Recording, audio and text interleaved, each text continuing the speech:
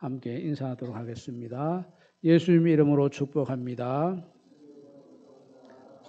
예수님 이름으로 사랑합니다. 예수님 이름으로 축복합니다. 예수님 이름으로 사랑합니다. 예. 우리가 24시간 예배를 드렸는데 처음 기획하고 시작할 때는 이것이 가능하겠나.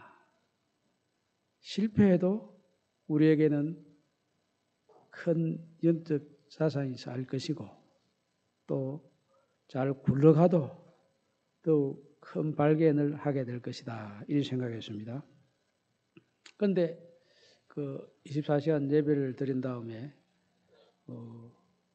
친구한테 전화가 왔습니다. 전화가 와가지고 내가 하 목사한테 잘못한 게 있다. 사과를 해야 되겠다. 내가 아무리 생각해도 그 친구가 내한테 잘못한 게 없는데 잘못한 게 있다고 하더라고요. 그러면서 무슨 사과를 하던데 나는 도저히 기억이 나는 일도 아닌데 그 사과를 하더니 그 다음 한 말이 내가 교회를 다녀야 되겠다.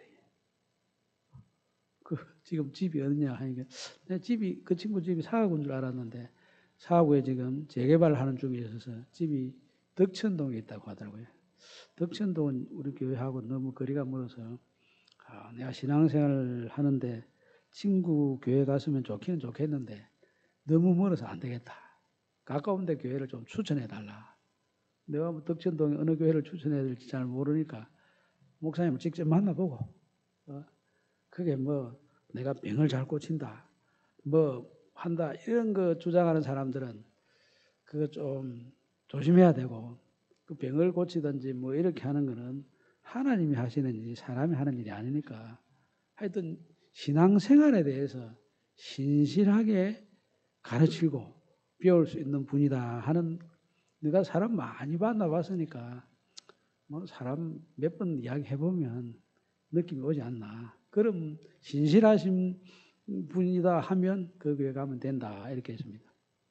그랬더니 그 친구가 그 다음 날부터 새벽기도부터 계속 갔다는 거예요.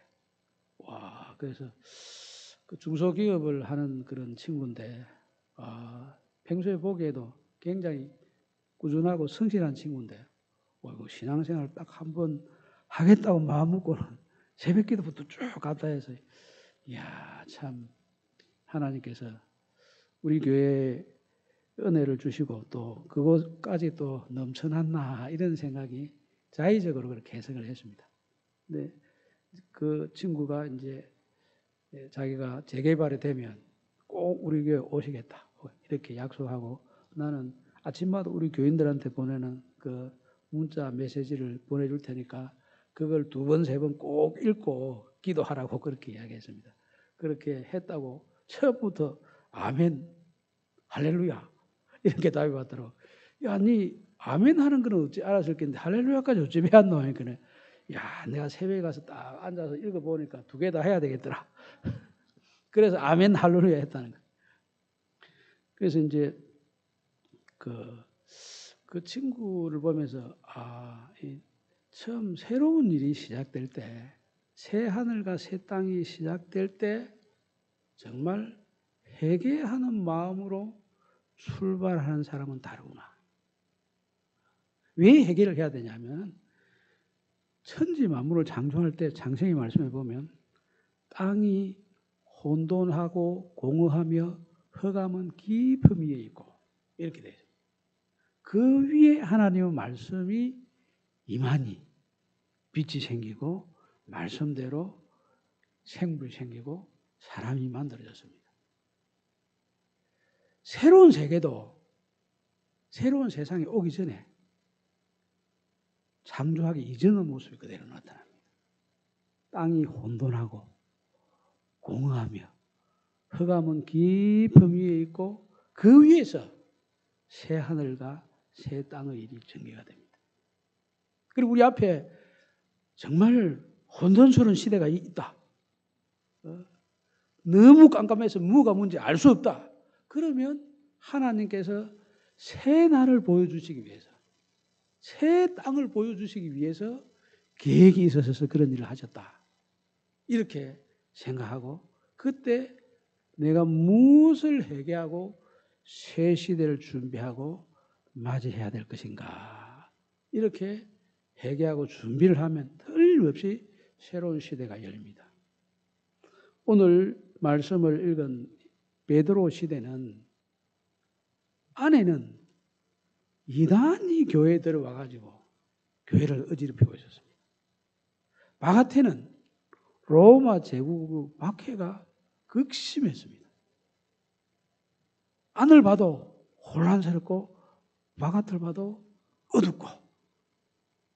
그런데 베드로는 새 하늘과 새 땅을 본다. 우리는 새 하늘, 새 땅을 보면서 거룩하게 행동해야 된다. 경건하게 살아야 된다. 이렇게 이야기합니다. 어둠의 시대, 혼돈의 시대, 흑암의 시대에 사람들은 무엇을 찾겠습니까? 또 우리는 그때 무엇을 붙잡아야 되겠습니까? 창조할 때 하나님께서 말씀하시니 말씀대로 되지 않습니까? 흑암의 시대에 말씀이 임하면, 혼돈의 시대에 하나님 말씀이 임하면 질서가 생깁니다. 어둠의 시대에 하나님 말씀이 임하면 빛이 생깁니다.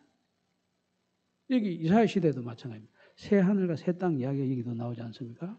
새 하늘과 새 땅 이야기를 또 보면 분명히 이 어린 아이가 독사굴에 손을 넣는다. 상징적인 표현입니다. 그리고 사자가 풀을 먹는다. 풀을 먹으니까 자연이 짐승을 안 잡아먹을 거 아닙니까? 같이 어울릴 수 있을 거 아닙니까? 강한 자가 약해지고 약한 자는 강해지고 그래서 다 같이 함께 어울릴 수 있는 이런 새로운 모습이 나타난다.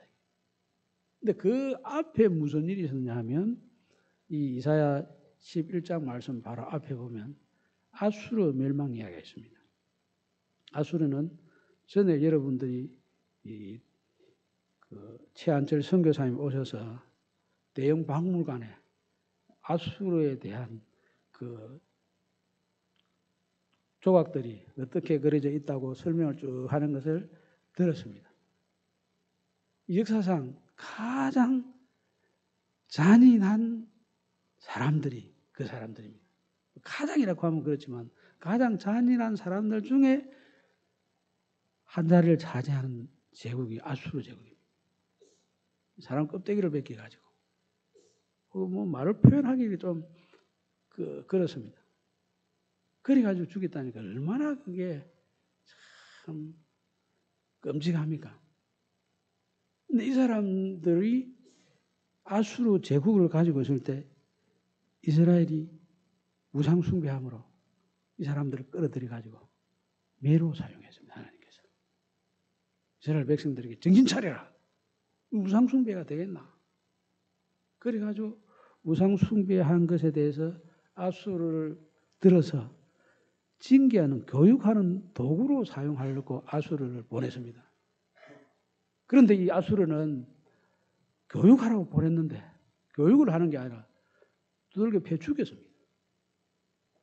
아니 하나님께서 무언가를 시킬 때는 무언가를 시킬 때는 하라 하는 수준에 딱 맞게 이야기하지 넘어가지고 넘치게 일을 하면은 그거 없애야 됩니다. 큰일 납니다. 만약에 우리나라 대통령이 장관을 임명해놨는데 장관이 해야 될 일이 딱 규정이 정해져 있습니다. 정해져 있는데 이거를 뛰어넘어가 대통령이 할 일을 자기 하겠다고 나서서 넘치도록 행동을 하면 그걸 놔둬도 되겠습니까? 규정대로 하지 못하는 사람들은 정리를 해야 될 거 아닙니까? 마찬가지로 제국이 지금 이스라엘을 교육하기 위한 정도로 너희들은 무력을 사용해라 이렇게 했는데 매를 들고 사용하는 정도가 너무 지나쳐가지고 이게 막 나라도 멸망시키고 정말 온 세상에 악을 퍼뜨리는 그런 악의 전념원으로 그 일을 치렀습니다. 그러니까 하나님께서 아수르 너가 안 된다. 멸망시킨다. 그래서 징계와 도구로 사용했는데 아수르를 지나치게 도를 넘어서 행동함으로 멸망시켜버렸습니다. 아수르가 제국으로 있다가 그 큰 권력이 공백이 생기면 기회가 생긴 거 아닙니까? 그때 기회가 생긴 거 아닙니까? 기회가 생겼는데 이건 두 가지 기회입니다. 만약에 이때 회개하고 자복해서 그 기회를 딱 잡아채면 여기 새 하늘과 새 땅을 경험하는 복이 임합니다. 그런데 그것을 놓치면 아수르보다 더 험한 나라가 찾아올 수 있습니다. 그 아수르가 망했다고 해서 자동적으로 새 하늘과 새 땅이 열리는 게 아닙니다. 더 험악한 일이 얼마든지 벌어질 수 있다는 거예요. 실제로 역사 속에서는 아수르가 망한 다음에 이스라엘 백성들이 회개하고 자복하고 그 시대를 잡아채지 못해가지고 바벨론이라고 하는 새로운 제국이 등장해서 유다를 멸망시켜버렸습니다. 유다가 무왕국 이스라엘이 아수르에 멸망하는 걸 보면 저 나라가 왜 멸망했는지, 우리 형제 나라가 왜 망했는지 그걸 들여다보면서 정신을 차리고 우리는 그렇게 되지 말아야 되겠다. 형제 나라의 아픔을 우리가 품을 수 있는 나라로 새로워져야 되겠다. 이렇게 생각하고 그 일들에 대해서 반면교사로 삼고 새 출발을 해야 되는데 새 출발을 못했습니다. 그랬더니 기회가 아니라 더 험한 일이 이 유다에 생겼습니다. 아수르 제국이 망한 다음에 또 다른 바벨론이 제국이 되어서 쳐들어와서 예루살렘을 파괴하고 그 왕들과 백성들을 다 바벨론으로 끌고 왔습니다. 그래서 너희들이 우상숭배하는 거 좋아했지. 진짜 백이 우상숭배하는 사람들이 어떻게 우상숭배하는지 가서 맛 좀 봐라. 그래 가서 우상을 제일 숭배 많이 하는 그곳으로 끌고 가서 우상숭배하는 게 어찌 되는지 봐라 이랬습니다. 그곳에 가서 우상을 보고 정신을 차리는 사람들이 생겼습니다. 근데 그 사람들이 새 하늘과 새 땅을 경험했어요. 바빌론에 끌려가가지고 우리가 왜 여기 끌려왔는지 이유를 알게 됐습니다. 우리 팝송인데 복음성가인지 뭐 바벨론 강가에서 하는 그 팝송이 있지 않습니까? 그 팝송인데 복음성가인데 너무 일반적으로 알려져가지고 팝송으로 알려져 있는데 바벨론 강가에서 그 찬양 내용이 보면 지금 이스라엘 백성들이 바벨론에 포로로 끌려가가지고 이 하나님 성전에서 하나님을 찬송하기 위해서 만들어진 악기를 가지고 하나님을 예배해야 되는데 그걸 가지고 바벨론 사람들이 우리가 술 퍼마시고 여자들하고 유흥을 즐기는데 그 악기 갖고 우리를 즐겁게 하라. 그러니까 손가락을 잘라버렸습니다. 그리고 그 악기를 버드나무다 가져놓고 통곡을 하면서 그 노래를 부른 시편이 있습니다. 그 시편을 근거로 해가지고 그 노래를 불렀는데 그런 일이 그들에게 발생했습니다. 그래서 이제 이런 공백이 생겼을 때 땅이 공하고 혼돈하며 흑암은 깊음 위에 있는 이런 어둠의 시대가 왔을 때 이때 새 하늘과 새 땅을 하나님께서 예비하고 계시다 하는 것을 바라보면서 우리 자신을 돌아보고 회개하고 자복해서 미래를 열어가면 열립니다. 그러면 어떻게 열라고 했느냐? 여기 베드로는 두 가지를 이야기했습니다. 거룩한 행실과 경건한 삶으로 준비를 해야 해요.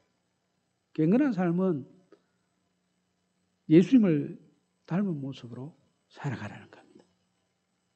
거룩하다는 것은 자신의 정체성은 하나님의 소유다. 나는 하나님의 사람이다. 이걸 분명히 하라는 거예요. 하나님은 내 아버지가 되시고 내 하나님 되시고 나는 하나님의 자녀다.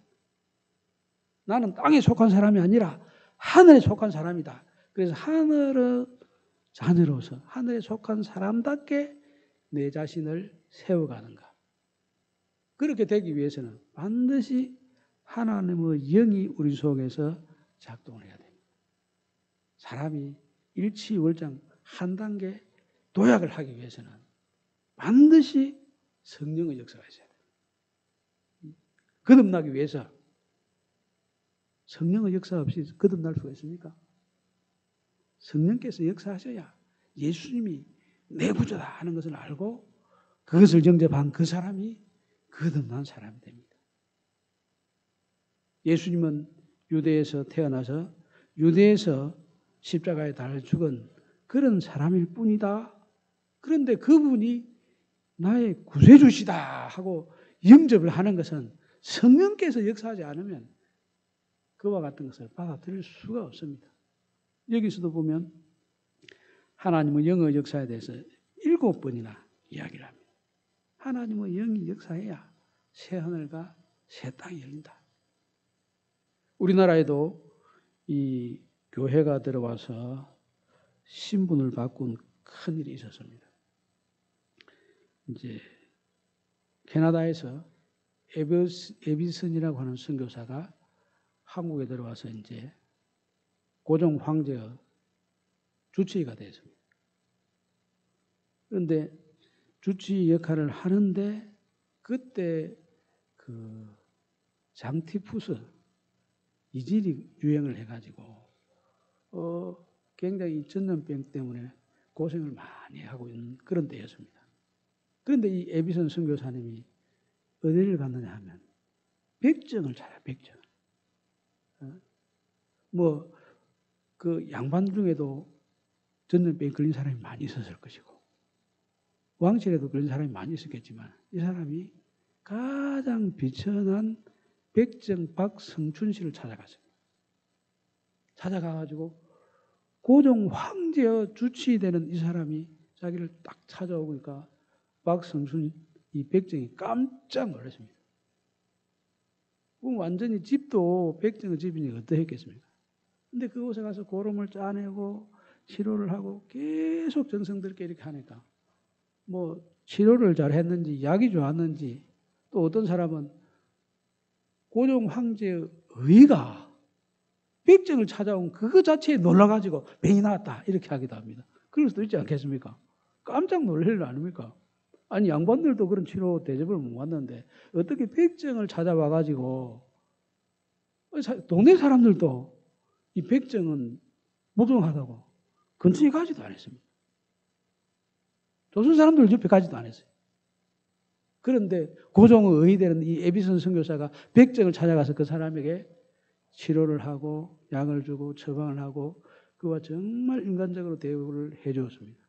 이 사람이 회심을 해가지고 성동교회에 출석하기 시작했고 성동교회에 나와서 백정이 출석해가지고 이 사람이 제일 처음 장로님이 됐습니다. 그러니까 양반들은 백정이 장로 됐다고 교회를 다 떠났습니다. 그런데 이 박성춘 장로님께서 야 내가 백정이니 내 아들도 백정 되겠다. 안 되겠구나. 내 아이들을 살리기 위해서는 이 선교사님한테 맡겨야 되겠다. 그래서 선교사님한테 자기 아들을 맡겨가지고 좀 우리 아들 맡아주십시오 했더니 그 아들을 키워보니까 너무 똑똑하고 머리도 잘 돌아가고 이래서 그 제중원에서 이제 학생으로 수련원으로 이렇게 받아들여서 그분이 나중에 우리나라에 8명의 외과 의사가 처음으로 제중원에서 나왔는데 그 중에 한 사람이 되었습니다. 그리고 그분은 이제 독립운동을 하는 사람들의 그 병을 고쳐주는 그런 일들을 했다고 알려져 있습니다. 그분 에비슨 선교사님이 예수님을 닮았지 않습니까? 비천한 대로 내려갔지 않습니까? 병든 대로 내려갔지 않습니까? 예수님 오셔서 이 땅에 모든 약한 것과 모든 병든 것을 고치시니라. 복음을 전파하고 하나님 나라를 가르치면서 모든 약한 것과 모든 병든 것을 고치니라. 모든 약한 자리로 내려간다. 병든 것을 고친다. 하나님의 나라는 그냥 약한 사람, 병든 사람만 위해 주는 대로 거치는 것이 아니고 하나님의 나라는 사랑의 나라이면서도 의의 나라입니다. 그래서 여기 이사야서 말씀에 보면 새로운 나라, 그 나라는 공의로 가난한 자를 심판하며 정직으로 세상의 겸손한 자를 판단할 것이며, 보통 우리말로 뭐 다 그런 건 아니지만 유전무죄 이런 말 쓰지 않습니까? 무전유죄. 돈 있으면 죄가 없고 돈이 없으면 죄가 된다. 요새는 뭐 또 권력 갖고 이야기를 하긴 하는데, 그런데 이제 이게 가난한 사람들에게 공의를 집행할 때 가난한 사람들 기도가 어떻게 하겠습니까?